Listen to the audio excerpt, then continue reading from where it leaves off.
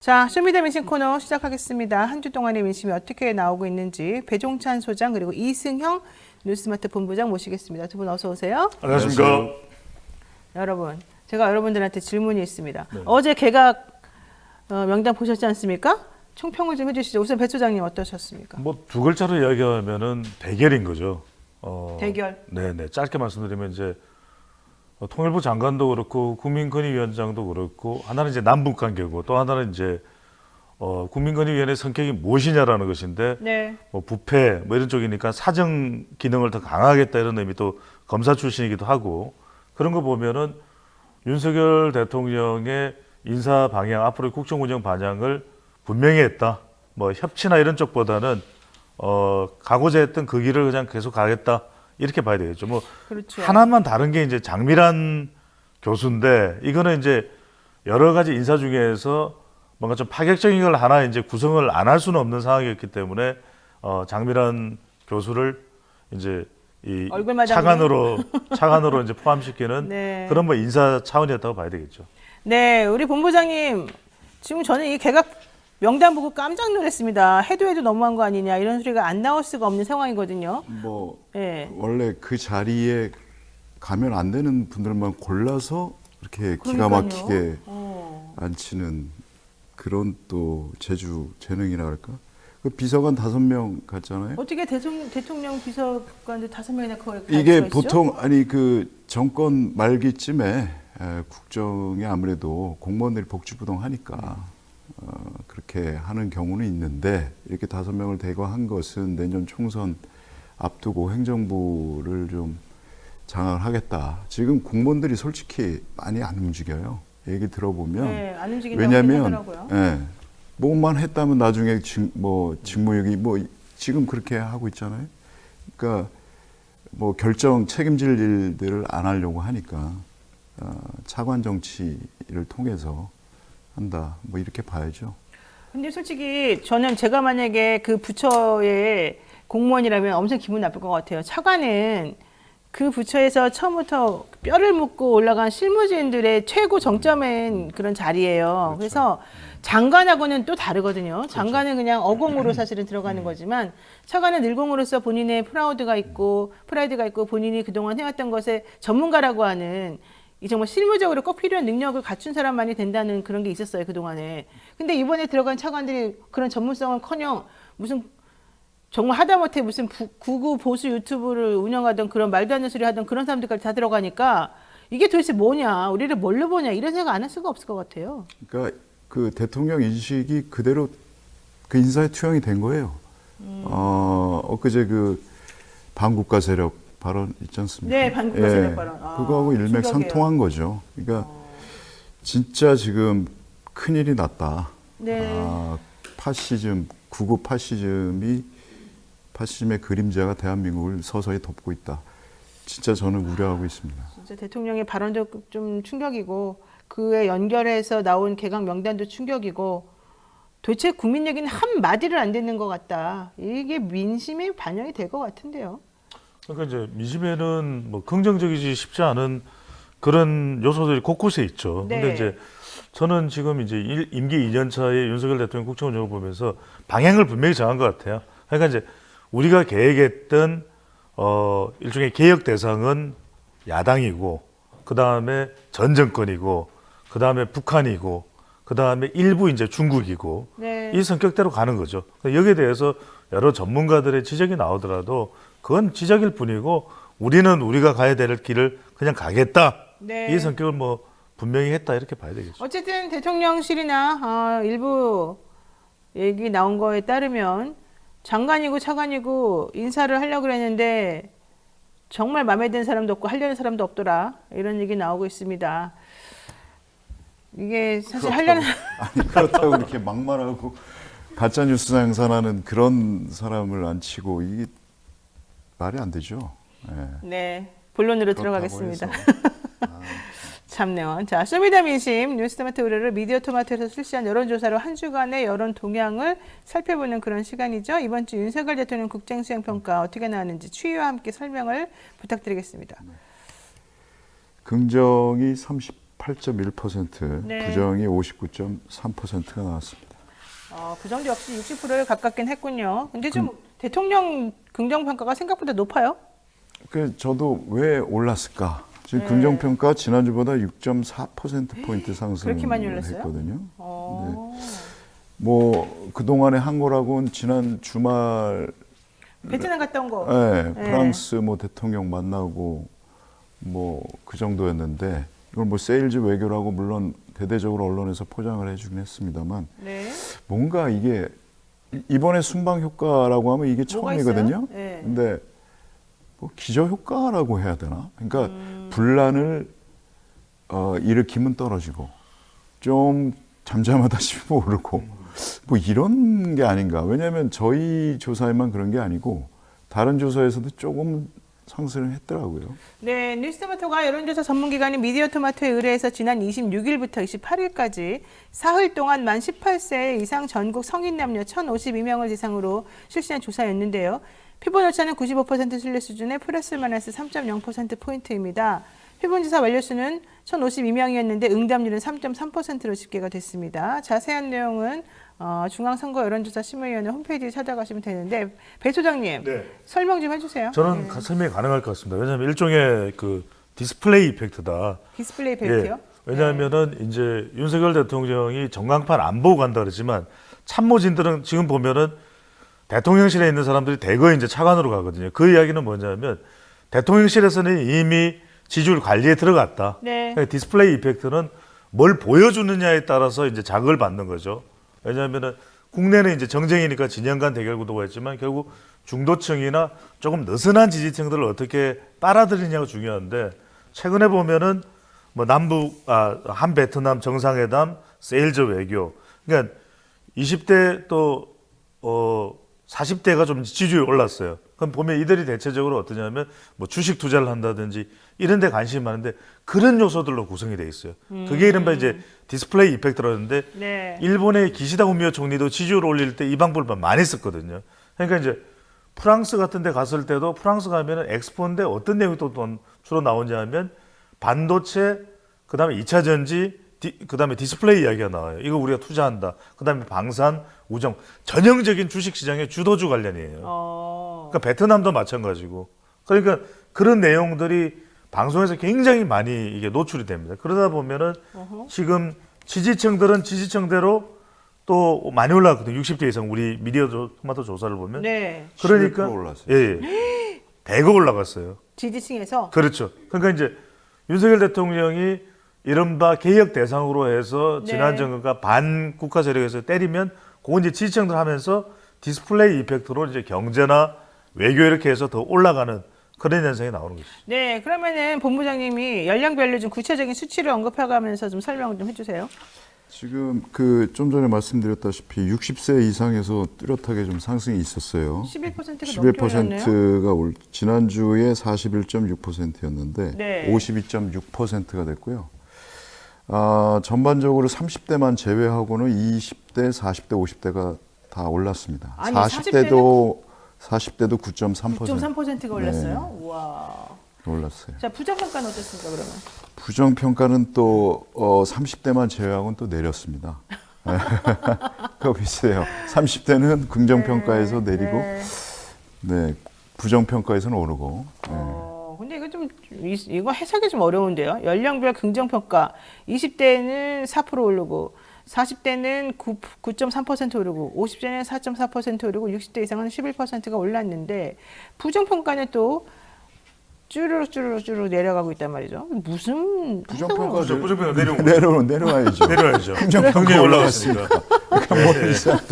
아니, 그러니까 나는 솔직히 말해서 이게 그냥 이렇게 내려가는 것도 기분 나쁘다 이거요. 예, 지금 여기에는 그 자유총연맹 가서 했던 그럼 발언은 포함이 안 됐어요? 됐어요. 네, 포함이 그리고 안 개각도 됐어요. 포함 안 됐고 그럼 다음 주에 좀 봐야 되겠네. 개각도 네. 포함이 안 된 겁니다. 네, 참네요, 진짜. 왜 타이밍을 이렇게 잡았어요? 아니 그 발언을 그때 조사 일정을 이슈에서 따로 잡을 수 없죠. 아 진짜 내가 왜 타이밍 이렇게 잡았을까 진짜 항의를 하고 싶네요.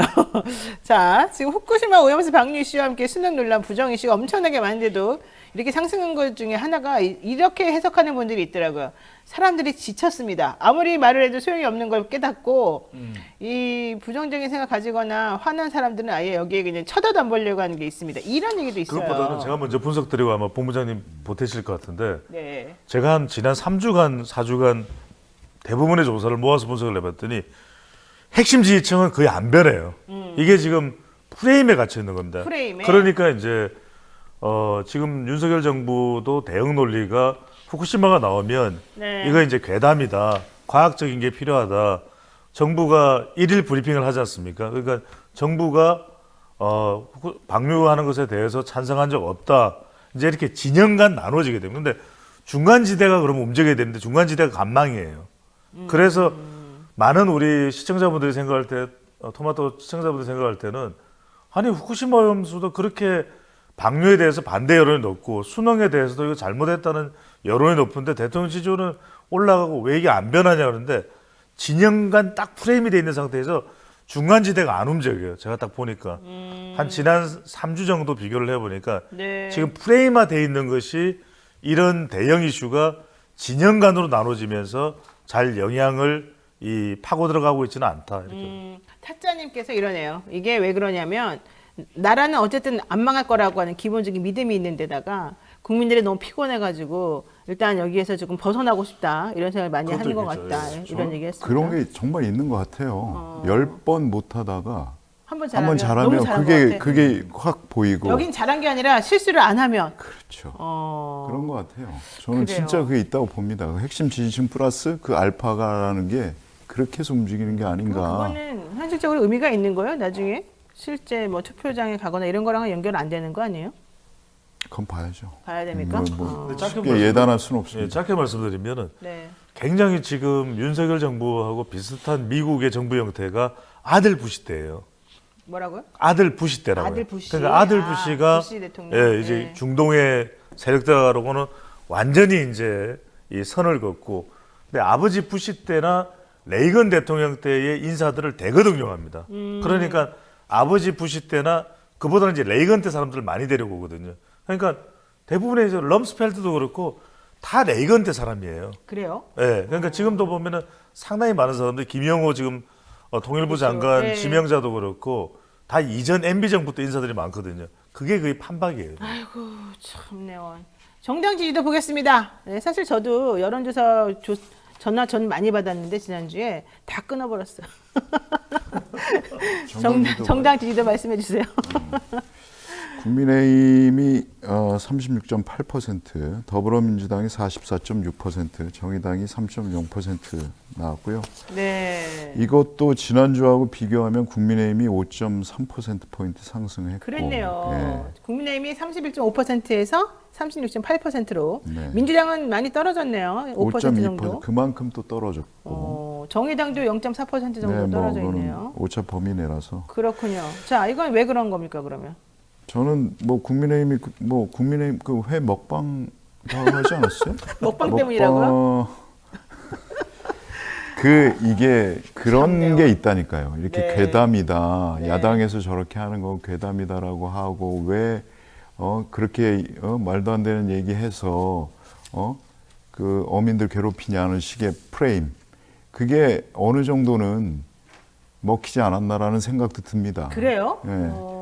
이게 제가 아까도 말씀드렸다시피 이게 점점 우쪽으로 오른쪽으로 계속 가잖아요. 이제 극단으로 가고 있단 말이에요, 이 정권이. 근데 그거를 계속 이렇게 보다 보면 어느새 민심도 약간은 오른쪽으로 가요. 그렇게 돼 있어요. 그래요? 예. 아니, 그러니까 이게 계속 뭐 이 정도쯤이야 하다 보면 그렇게 되거든요. 이것도 역시 그런 효과가 있다. 40대는 어쨌든 40대는 왜 이렇게 영향을 잘 받아요 그러면? 원래는 40대 이런 사람들이 좀 중심을 잘 잡는 그런 분들 아니었나요? 40대 같은 경우는 저는 이제 어떻게 보냐면은 국민의힘이 36.8인데 대통령 지지율이 38.1이거든요. 네. 저는 이거 국민의힘은 거저 대통령 따라갔다. 저는 이렇게 보고요. 뭐 그것도 있죠. 예, 그다음에 더불어민주당은 뭔가 좀 이슈 파이팅을 더 해야 되는데 민생 쪽으로 물론 이제 후쿠시마 오염수도 그런 이슈긴 합니다만 이게 진영 대결로 갇혀 있거든요. 그런데다가 이제 40대의 경우에는 좀 경제적인 요인에 영향을 받죠. 아까도 제가 말씀드렸듯이 그렇죠. 그러다 경제가 보면 중요하죠. 예. 지금도 이 더불어민주당이 5.2% 감소를 했는데 여기 이제 40대가 들어가는 겁니다. 그러다 보니까 이제 원래는 핵심 지지 기반이 더불어민주당이 40대인데 이들이 막 경제 디스플레이 효과로 봐라 뭐 반도체 2차 전지 뭐 새만금에 6조 6천억 이게 이제 계속 보도가 되는 거죠. 주입식으로. 네. 그러면은 다른 연령대보다는 주로 40대가 영향을 받거든요. 그게 이제 좀 저는 더 큰 영향을 줬다. 그렇군요. 자, 22대 총선 이제 300일도 안 남았는데 신당 창당 움직임이 지금 본격화되고 있습니다. 금태섭 전 의원 그리고 양향자 의원이 지금 신당 창당을 선언하고 실제 움직이고 있는 중입니다만은 뭐 여긴 사실 현역 의원들은 뭐 참여도 안 하고 있고 반향도 별로 없는 걸로 네. 지금 나오기는 해요. 그래서 이번 주 여론조사에서 요거도 한번 물어봤습니다. 신당 창당과 제3지대가 내년 총선에 어떤 영향을 미치겠느냐. 결과가 나왔죠? 네, 영향이 미미할 것이다. 미미할 것이다가 45.8%로 제일 네. 많았어요. 네. 그다음에 영향이 클 것이다가 23.3%, 영향이 아예 없을 것이다가 18.7%, 잘 모르겠다 12.2%, 그러면 미미할 것이다 하고 영향이 없을 것이다를 합치게 되면 이게 벌써 64.5%가 와, 엄청 되고요. 높네요. 네, 이것도 뭐 크다 주목을 네. 받지 못하고 있습니다. 이게 정치 성향별로만 봐도 네. 보수나 진보, 중도 모두 엇비슷한 결과가 나왔고요. 네. 그 전에 있었던 이런 신당이라든지 제3지대 뭐 이런 거 할 때는 사실 구심점이라는 게 있었어요. 사람. 없잖아요, 지금. 그러니까. 양양자, 뭐 금태섭 의원 솔직히 그렇게 큰 임팩트를 주는 분들은 아니니까. 좀 본부장님 말씀대로 네. 가장 큰 이유는 신당 제3당에 대해서 그렇게 큰 기대를 못 거는 여론이 나온 건 사람이에요. 왜냐하면 선거도 그렇고 이 정치는 사람이 중요하거든요. 지금은 대한민국 정치는 딱 두 사람이에요. 보수 쪽은 윤석열, 그 다음에 진보 쪽은 이재명. 이 두 사람이 가장 큰 지금 기둥으로 자리 잡고 있기 때문에 다른 사람들이 뭐 나온다고 해서 별로 관심이 안 기울어지는 거죠. 두 분이 또 네. 이렇게 참신한 맛도 없어요, 이제. 제가 볼 때는. 그렇잖아요. 새로운 바람을 일으키거나 예전에 그래서 두 처음에 분이라 하면 안철수 누굴 말하는 거예요? 양양자, 양양자. 금태섭. 예. 아니 본부장님이 뭐 친상치 안 나가신다면 저는 주목도가 높을 것 같아요. 뭐라고요? 자제하겠습니다. 아침 안 드셨죠? 이분이 한 번씩 이렇게 아니 이따가 저기 김밥 먹고 싶어가지고. 제가 사드릴게요. 예? 네, 제가 이거 끝나고 아, 꼭 예. 사드리겠습니다. 오늘 예, 한번. 감사합니다. 네, 제가 진짜요? 그래서 참교육을 시키겠습니다. 고맙습니다. 네. 제가 김밥 두 줄 사드리고 참교육을 한번.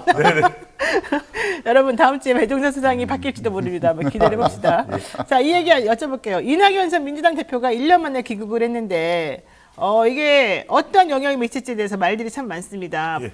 어떻게 누가 먼저 얘기해 주실까요? 예, 제가 예. 소개를 해드리면 조사 결과 소개해드리면 이낙연 전 대표 엄중낙연 기구에 대해서 이재명 대표의 그 경쟁자로 나서야 된다는 것이 36.6%로 나타났습니다. 꽤 비율이 높은데 네. 저는 이게 대부분 국민의힘이나 보수정 쪽이라고 봐요. 응답자들이. 그다음에 이재명 대표에게 힘을 보태야 된다가 31.5%, 그리고 아무런 역할도 해서는 안 된다가 24.7이니까 이 두 개를 합해 보면은 거의 한 60% 가까이 되거든요. 그래서 대체로 이제 더불어민주당 지지층이나 중도층에서는 좀 이낙연 전 대표의 역할에 대해서 좀 의구심이 있는 거고, 국민의힘이나 보수층 쪽에서는 이재명 대표 경쟁자로 나서야 된다. 네. 이런 결과로 보입니다. 자, 제가 질문하겠습니다, 본부장님. 네. 지금 이낙연 대표 관련해서 이재명 대표의 경쟁자로 나서야 된다는 게 36.6%이고요. 네. 이재명 대표에게 힘을 보태야 된다. 이게 31.5%입니다. 그러면 약간 한 5% 정도 차이로 이재명 대표 경쟁자로 나서라는 얘기거든요. 무슨 말입니까? 경쟁자로 나선다는 게? 당내 경쟁을 말하겠죠. 근데 당내 경쟁. 예. 근데 이재명 대표에게 힘을 보태야 한다가 31.5%고 저희 문항에 아무 역할도 해서는 안 된다가 24.7%예요. 이거 두 개 합쳐야 돼요? 둘이 합쳐야죠. 왜요? 그러니까 말하자면 이낙연 전 대표가 중심이 되면 안 된다라고 분란을 일으키면 안 된다? 하는 게 민심. 그렇죠. 분란을 일으키면 지금 56.2%거든요. 그러니까 네. 그 56.2%는 이재명 대표가 중심이 돼서 가야 된다고 찬성표를 던지는 거고 지금 그 야당 민주당에서 이낙연 대표 지금 싸울 때가 아니다. 싸우는 거 이재명이 아니라 윤석열과 싸워라 그래요? 라고 하는 게 민심이라는 얘기입니다. 과반수 이상입니다. 그러면 이 여론조사는 대상이 민주당 사람이거나 뭐 진보 인사들에 대해서만 한 건 아닐 거잖아요. 전체입니다. 그러니까 전체 국민들에 대한 전체 거잖아요. 민심이. 그러면 전체 국민, 즉 예를 들면 중도나 보수층까지 포함된 사람들에게 물어보니 네. 이낙연 대표가 가만히 있는 게 내지는 이재명 대표랑 그렇게 하지 말고 일단 민주당에서 분란을 일으키지 않는 방향으로 좀 가는 게 좋겠다라는 게 일반적인 생각이라고 보는 게 맞네요. 쉽게 보시면 이런 거죠. 그러니까 이제 국민의힘 지지층에서는 이낙연 전 대표가 경쟁자이기를 바라는 거죠. 이재명 대표. 네, 그래서 그럴 것 싸워라, 같아요. 싸워라, 네. 싸워라. 그래야 우리한테 좋다. 이렇게 이제 인식을 하고 있는 것이고 네. 반면에 더불어민주당 지지층이나 대체로 이제 좀 중도층에서는 아이 뭐 지금 이 정치판에 이낙연 전 대표가 와서 뭘 바뀌겠나. 그러니까 네. 이른바 이낙연 전 대표 무역할론에 이제 비중이 실려 있는 거죠. 그러니까 지금 제가 보니까 이 퍼센테이지가 이재명 대표 경쟁자로 나서라고 하는 게 36.6%인데 이게 아마 대통령 지지율이라던가 아니면 국민의힘당 지지율 그 정도 수준하고 맞는 것 그러니까 지금 같고요. 딱 그렇죠. 그러니까 예. 보수층에서 그렇게 예. 싸우라 하는 게 59.2%예요. 그리고 진보 쪽에서는 19.4%. 보수는 그렇고 보수층에서는 그렇고. 보수층에서는 중도층에서는 33.3%인데 네. 나머지 32.7%는 힘을 보태라 이 대표에게. 네. 그다음에 역할하면 안 된다. 이낙연 대표에게 25%예요. 그러니까 이걸 합치면은 57%가 넘지요. 중도 민심은 그렇습니다. 그러면 차라리 그러니까 질문 문항을 이렇게 만들지 말고 힘보태기 역할하는데 이걸 그냥 합치고 경쟁 이 반대되는 아예 문항을 그냥 좀 그렇게 했었으면 더 선명했을 텐데 좀 헷갈리게 했네요. 그래도 대표인데 전 대표인데 아니 힘을 보탤 수도 있는 거 아니에요. 지금 질문 아니, 구성에 그거를 그렇게- 지적을 당했네요. 뭐 아니면 도로 이렇게 아니 지금 해석은 또 합쳐서 하시니까 아니 제가 봐도 합치면 되죠. 아니 덧셈만 하면 되는. 아니 합쳤어도 될 문항이었던 것 같아요. 그러니까 아니 나는 원래 안 합치고 해석을 좀 부탁했는데 합쳐서 해석을 하잖아요. 그러니까 힘을 인정을 안 보태거나 하시는데요? 그러니까. 아예 힘도 보태지 말고 가만히 있어라 이거. 제가 궁금한 게 미디어 토마토 설문 문항은 누가 만드는 건지 궁금해요. 회의를 합니다. 회의 제가 아니에요. 회의합니다. 본부장님이 지적하는 거요? 다 같이. 아니죠. 본부장님 여기 뭐 문항 만드는데 들어가 있어요? 그럼요. 에? 중립적으로 해야죠. 최종 결정은 이거는 본부장님이 하시겠죠. 그래요? 네. 최종 결정은 본부장님이 본부장님 좀 잘하세요. 자꾸. 나 이러다 혼나겠다. 아니 근데 네. 이제 다시 본론으로 들어가서 이낙연 네. 전 대표는 사실 오셔가지고 참 뭐 센 발언도 하시고 무슨 의미인지 논란이 되게끔 이렇게 말씀하시고 하신 일이 이제 그 DJ 전 대통령 찾아가서 묘소 참배하고 그거였는데 사실 엊그저께 그 대통령이 발언한 거에 대해서 그거에 대해서는 얘기를 할 만도 한데 그럼 반국가 세력의 총리 아니었습니까? 말하자면 그 논리대로라면 그렇죠. 그럼 말을 해야죠. 말을 안 해요. 근데 지금껏 그 뉴스는 본 적이 없어요. 그러니까 이낙연 대표가 사실 역할을 하든지 뭐 내지는 정말 전 대표로서 혹은 전 총리로서 문재인 정부를 대표하는 그러니까 사람이었다면 저렇게 선을 넘는 예. 대통령이 말을 해줘야죠. 있으면은 예. 좀 야성을 갖고 좀 예. 싸워야 되는 그런 상황이거든요. 아니 전 문재인 대통령도 여기 대해서 한마디 할 법도 한데 그런 얘기를 안 하셔서 너무 점잖은가 이랬어요. 그건 제가 네. 말씀드릴게요. 왜냐하면 네. 문재인 전 대통령이 발언하면 이건 걷잡을 수가 없을 거예요. 더 심해지고 오히려 그걸 윤석열 정부나 보수 쪽에서는 노릴 수도 있어요. 왜냐하면은 대응할 가치조차 없다라고 생각할 수도 있어요. 그럴 수 있군요. 그러니까 이제 네. 그렇게 반응을 하면은 봐라 반응하지 않냐 해서 더 이제 자기 진영을 결집하는 그런 모양새로 이제 나타날 수 있는데 저는 이낙연 전 대표 데이트상으로 이야기를 하면 방금 전에 그 부분이거든요. 애매모호한 거. 그러니까 뭔가 분명하게 그럼 뭐지 이낙연 전 대표의 색깔은 뭐지? 그러니까 우리가 말하는 건 이념 색깔을 떠나서 근데 5월 셋째 주에 우리 미디어 토마토 조사가 있었거든요. 네. 근데 이제 이재명 대표의 대안이 될 수 있는 사람이 누구냐 해서 김동연, 그다음에 김부겸, 또 이렇게 이낙연 이렇게 보기를 가져갔는데 거기서 보면은 제가 호남하고 중도층만 분석을 해봤거든요. 네. 폭발적이지가 않아요. 아 그래요? 폭발적이지 않은 게 지금 이낙연 전 대표 기후에서 제일 중요한 여론이 DJ를 이야기하고 있으니까 김대중 전 대통령에서 호남저로인데 호남에서조차 아직 호남에서 폭발적이지가 않아요. 그래요. 자, 근데 하태경 국민의힘 의원은 제가 보기엔 의도된 발언이라고 생각합니다만 솔직히 말해가지고 방송에 나와가지고 이낙연 전 대표가 민주당을 맡으면 국민의힘이 총선에서 120석도 힘들다. 민주당이 압승할 거다. 이런 말 했어요. 이거 일부러 한 말이죠?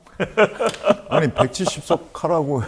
대통령은 170석 얘기하는데 하태경 의원이 이낙연 대표가 민주당을 맡으면 우린 다 진다. 이거 일부러 왜 이런 말 하는 돌 거야? 하나 던진 거죠 뭐. 아, 니네끼리 싸워라 이렇게? 뭐 그렇게 볼 수밖에 없잖아요. 하태경 의원이 그러면 나 공천 좀 주세요 이런 읍소입니까? 대통령에 대해서? 내가 이렇게 이낙연을 이렇게 흔들어가지고 민주당을 아니, 분란시킬 테니까 이런 당연히 걸까요? 국회의원들의 최대 목표는 지금 공천이다? 공천 받는 거 아닙니까? 공천이 제일 중요하죠. 지금 하태경- 그러니까 다 줄 서 있는 거 아니에요 대통령한테? 지금은 다 충성 경쟁이라서 내년 마치 총선 이제 지나면- 모든 발언이 나 잘하고 있죠, 막 이런 거죠. 내년 총선 지나면 이제 거긴 대통령 난리 지금 납니까? 힘이 떨어질 수밖에 없는 거예요. 의원들이 지금 공천 때문에 이러는 것이 뭐 네. 그럼 하태경 의원은 저기 국민의힘에서 잘한다. 계속해봐. 공천 줄게. 이러고 이런 상황이에요. 지금 배소장님 그 잘할 것 같은데. 저는 그쵸? 그러지도 않을 것 같아요. 왜냐하면 그러니까 이게 결과적으로는 누군가 또 그 지역구에는 왜냐하면은 그 지역구 지금 치열해요. 그러니까 부산 지역구거든요. 내가 알기로는 그 밑에 지금 백조들하고 미운 오리 새끼들하고 같이 물 밑에서 난리가 그러니까요. 났어요. 그러니까 왜냐면 다 번호 그래서 뽑고 기다리고 있어. 그래서 이제 뭐 다 색깔이 또 내부적으로 또 나눠질 거 아니에요. 그래서 네. 저는 그게 또 무주공산이 아니에요. 다 치열하게 지금 전쟁이 벌어지고 있다. 그러니까 사실 그 정도 약하네. 돌 한번 던졌다고 생각하겠지만 의미가 없는 거네. 좋아요. 마지막 조사 요거 보겠습니다. 경제 관련 조사 어떻게 집계가 됐습니까? 네, 지금보다 나아질 것 25.0%. 아, 나아진다는 생각도 있군요. 그런가 봐요. 네. 현재와 비슷할 것은 23.2%, 네. 지금보다 나빠질 것은 48.1%로 가장 높았습니다. 잘 모르겠다가 3.7%. 네. 그러면 비슷하거나 나빠질 거다가 야, 이거는 60%, 70% 그래도 가 넘는데요? 지난달 조사 저희가 이걸 그 한 달에 한 번씩 이 경제 관련 조사를 하는데 네. 지난달보다는 그래도 좀 나아지긴 했어요. 네. 나아질 것이다. 경제 상황이 나아질 것이다가 2.2% 포인트 올랐고, 네. 비슷할 것은 2.3% 포인트 감소했고, 나빠질 거라는 응답도 5.7% 포인트 감소했어요. 이게 이제 대통령 지지율이 올라간 배경일 수가 있겠죠. 아까 말씀드렸던 대로 디스플레이 이펙트. 왜냐하면 이게 이 경제가 특별하게 지표를 인식한 건 아니거든요. 그러니까 체감이나 그런 인식이기 때문에 많은 내용이 뭐 프랑스, 베트남, 뭐 근데 6조 6. 예. 주가 뭐 얘기를 하셨는데 네네. 주식이 올랐어요 그동안. 아니 그게 아니라 이제 프랑스에 갔을 때 반도체 2차 전지, 그다음에 디스플레이, 우주항공, 방산 이게 대표적인 주도주거든요. 그러니까 이제 이런 것들 자체가 전달이 되는 거죠. 라면주는 떨어졌어요. 그러니까 라면 가격을 떨어뜨려도. 그렇죠. 그러니까 예. 가격 내리면은 주가 내려간다니까요. 뭐야 주식 대체? 투자하시나 뭐. 뭐 하고 싶은 말이 정확히 뭐예요? 예? 지금 주식 난리 났는데. 예? 난리 났죠. 네, 괴롭죠. 주식에 투자했습니까? 아닙니다. 저는 토마토 주식에 토마토 투자했어요? 주스. 주식 말고 주스. 네, 자 최저임금 수준 논의가 한창입니다. 이건 사실 좀 해결 기미가 썩 안 보이는데 많은 사람들은 어떻게 생각하고 있습니까? 최저임금 수준에 대해서. 지금 이렇게 여쭤봤어요. 물가 상승률을 감안해 상향해야 합니까? 라는 문항이 있었고, 네. 그게 44.4. 최저임금 올려야 된다. 예, 네. 물가 상승률 감안하면 많이 올려야죠. 그러네 진짜. 그게 엄청 올려야 되네. 44.3%가 네. 상향해야 된다 했고, 경제 상황 지금 어려우니까 그걸 감안해서 상승폭을 최소화해야 한다가 34.8%. 이거는 뭐 복수응답이 가능한 건가요? 네, 아니요, 복수응답 아니에요. 지금 그러면은 상승해야 된다가 44.3%, 그다음에 상승폭을 최소화해야 된다가 34.8%. 어쨌든 올리긴 올린다는 얘기잖아요. 올려야 된다는 거죠. 그리고 동결해야 된다는 이게 이제 재계 주장인데 네. 17.6% 네. 이렇게 나왔네요. 자, 이거 해석을 좀 해볼까요? 이게 보면은 2030에서 높아요. 상향해야 된다고 물가 상승률. 아무래도 거기는 뭐 아르바이트도 있고 뭐 그런 건데, 그래서 20대에서 상향 의견이 55%고 30대에서도 51.8%예요. 네. 다만 그 60대에서는 그냥 최소화 의견이 가장 많아요. 최소화해야 된다. 경제 상황 감안해서 43.6%. 네. 이것도 또 보수 진보 중도가 조금 다릅니다. 그 차이가 있어요. 어떻게 해요? 보수에서는 인상 뭐 최소화하는 게 제일 높고요. 네. 진보에서는 물가 상승률 감안해서 더 많이 인상해야 된다가 63.6%로 더 높고 중도는 뭐 44.1%가 상향해야 된다. 네. 물가 인상률 감안해서 네. 34.6%가 경제 상황 감안해서 최소화해야 한다. 어찌됐든 올려야 된다는 높습니다. 자, 그러면은 기본적으로 어쨌든 올려야 된다라고 하는 게 왜냐면 그분들도 먹고 살아야 되니까 사실 이제 그 얘기인 것 같아요. 제가 그렇죠. 봤을 때. 근데 지금 현재 진행 상황은 어떻게 되고 있어요? 거기 별로 진행 되는 게 없는 것 같은데. 진행상 거의 파토나는 분위기입니다. 네. 그러니까 이제 이것 자체가 유야무야 되면 그냥 그대로 뭐 동결 정도 되는 상태를 이제 생각하는 게 재계인데 네. 자칫 이제 재계 쪽 상황으로 가기 십상인데 왜냐하면 일단 우리가 지금 최저임금이 10,000원이 안 돼요.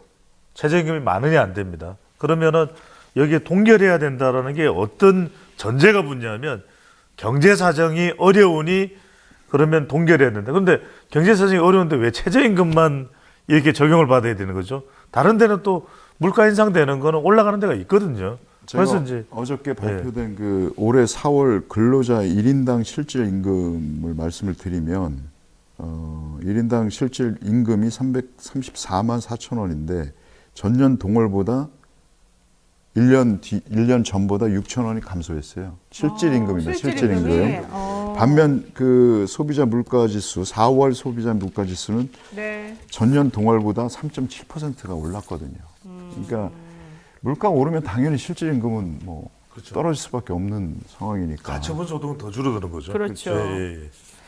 알겠습니다. 자, 오늘 뉴스마토 이승현 본부장과 배종찬 인사이트케어 연구소장 두 분과 함께 이야기는 여기까지 정리해야 될 것 같습니다. 두 분 오늘 일단 고맙습니다. 네, 감사합니다. 감사합니다. 네, 그리고요 또 연 이어서 참 이 상황 올 때마다 항상 좀 어색한데 자, 여러분들을 위해서 우리가 또 수미대 영심 코너 지금 마련하고 있습니다. 지난주 커뮤니티 설문조사 결과 짚어보고 여러분들이 남겨주신 신박한 댓글들도 한번 소개해드리는 그런 시간입니다.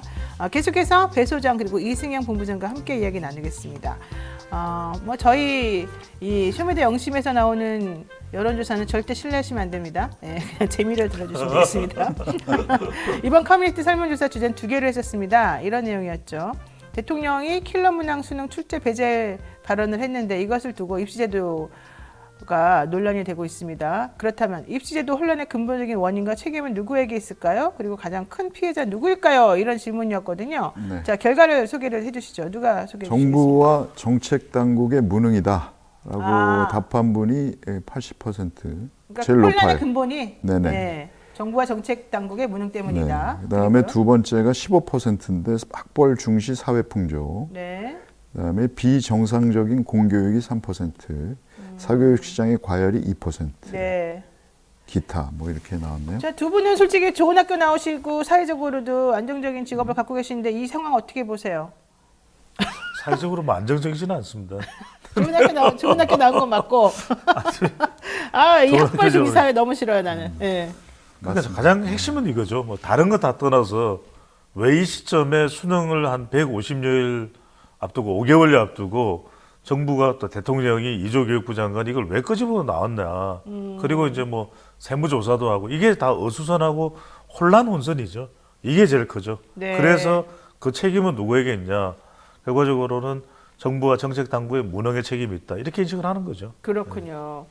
어쨌든 본부장님 입장에서도 지금 이 대통령의 발언 때문에 국민들이 많은 혼란을 겪고 있는 건데 해결 방안이 있을까요?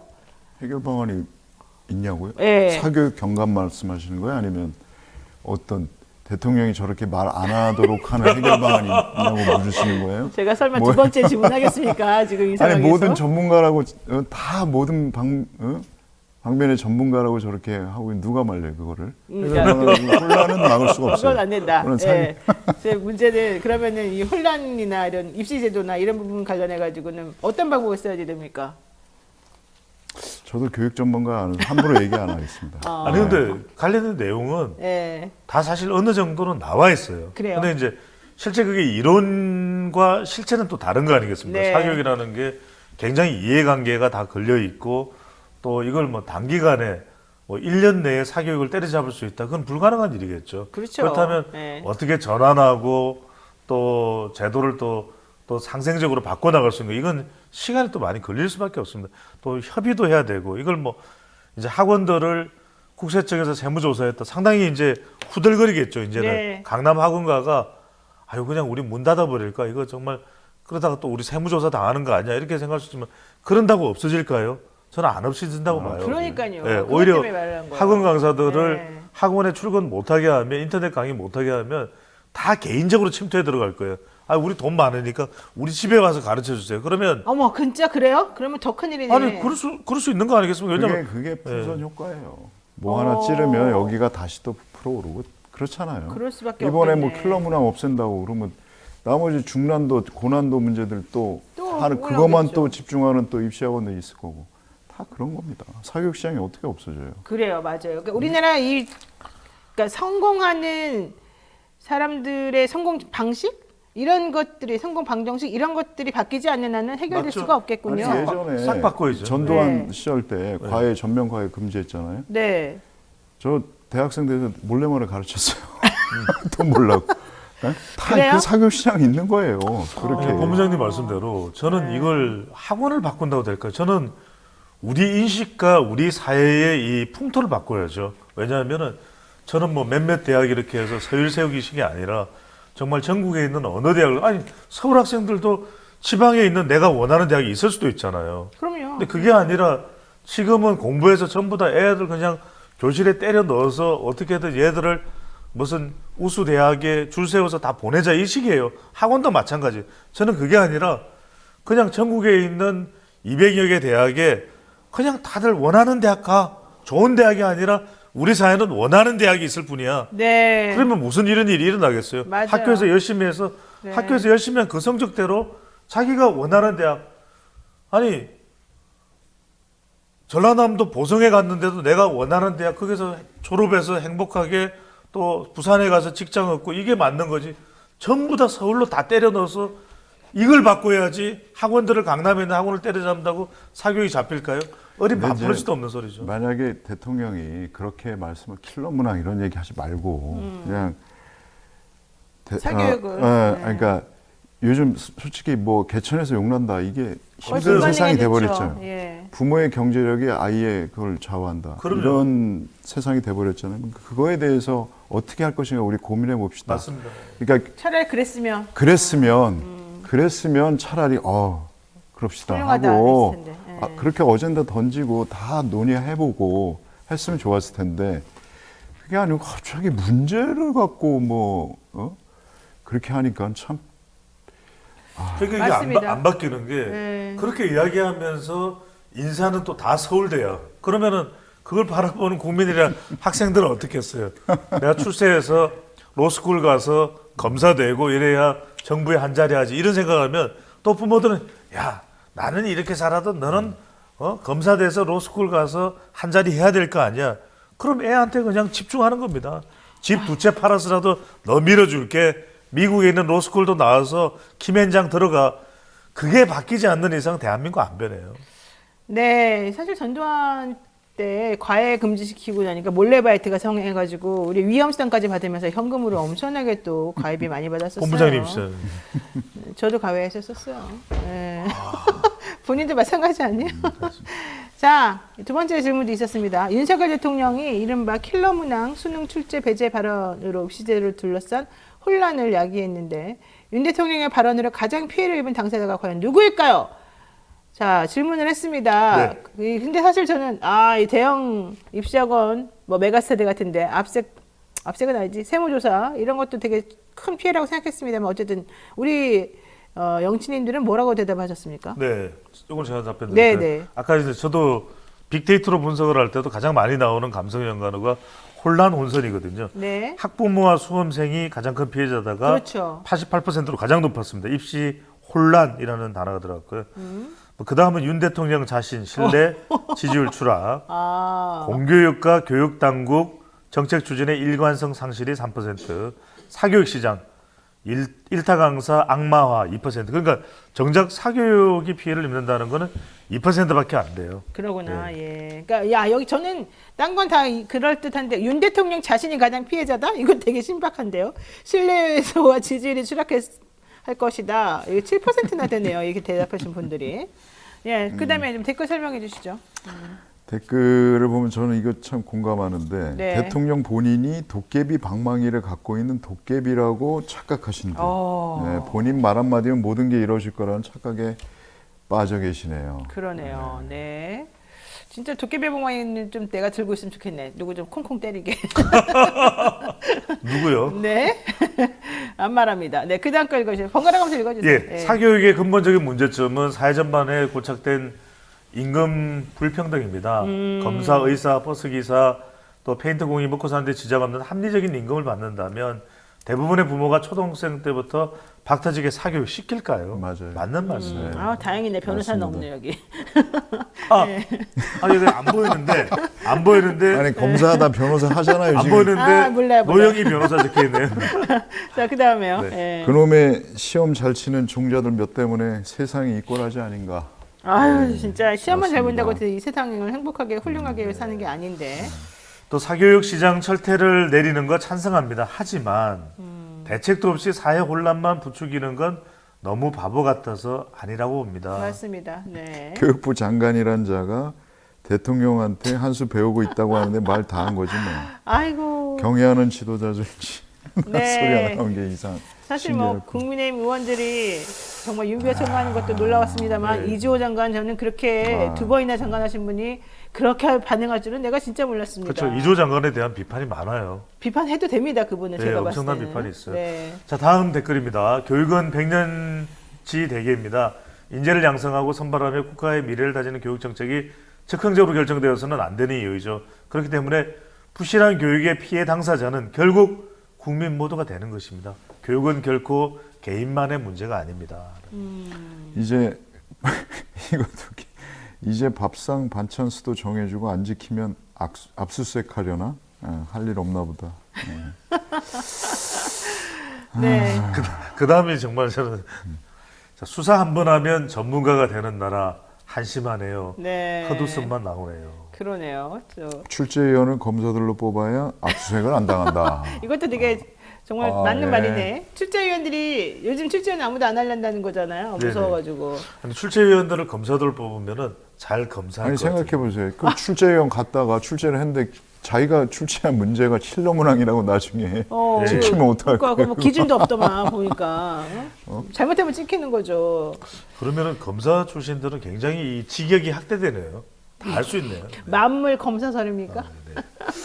참네요. 자, 오히려 윤석열보다 입시 전문가는 온갖 가짜로 학위받은 능력으로 네. 김건희가 짱이지. 어떤 분이 짱이다. 예. 네. 자, 입시 전문가 뭐 대한민국 사실은 제일 입시 전문가는 부모님들이에요. 요즘 얼마나 네. 헷갈리고 복잡스러운데 엄마들은 어떻게 이렇게 다 그런 걸 잘하는지 제가 진짜 깜짝깜짝 놀란다니까요. 그런데 그런 분들 위에 있는 분이 우리 대통령과 뭐 이런 분들이라니 야, 참 대단하다 이런 생각 안 해볼 수가 없습니다.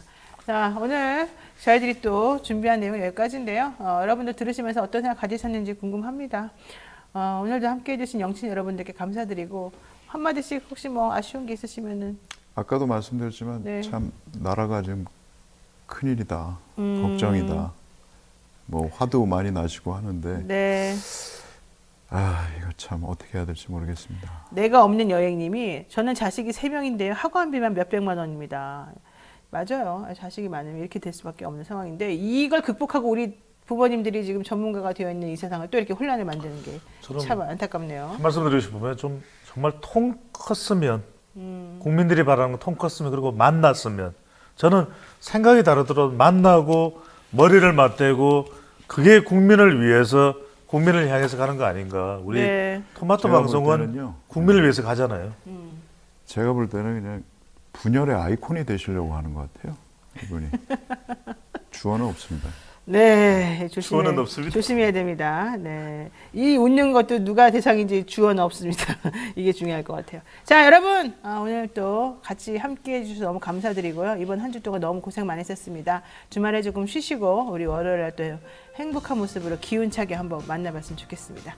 자, 모두 행복한 시간 되시길 바라고요. 우리 모두 인사드리겠습니다. 고맙습니다. 감사합니다.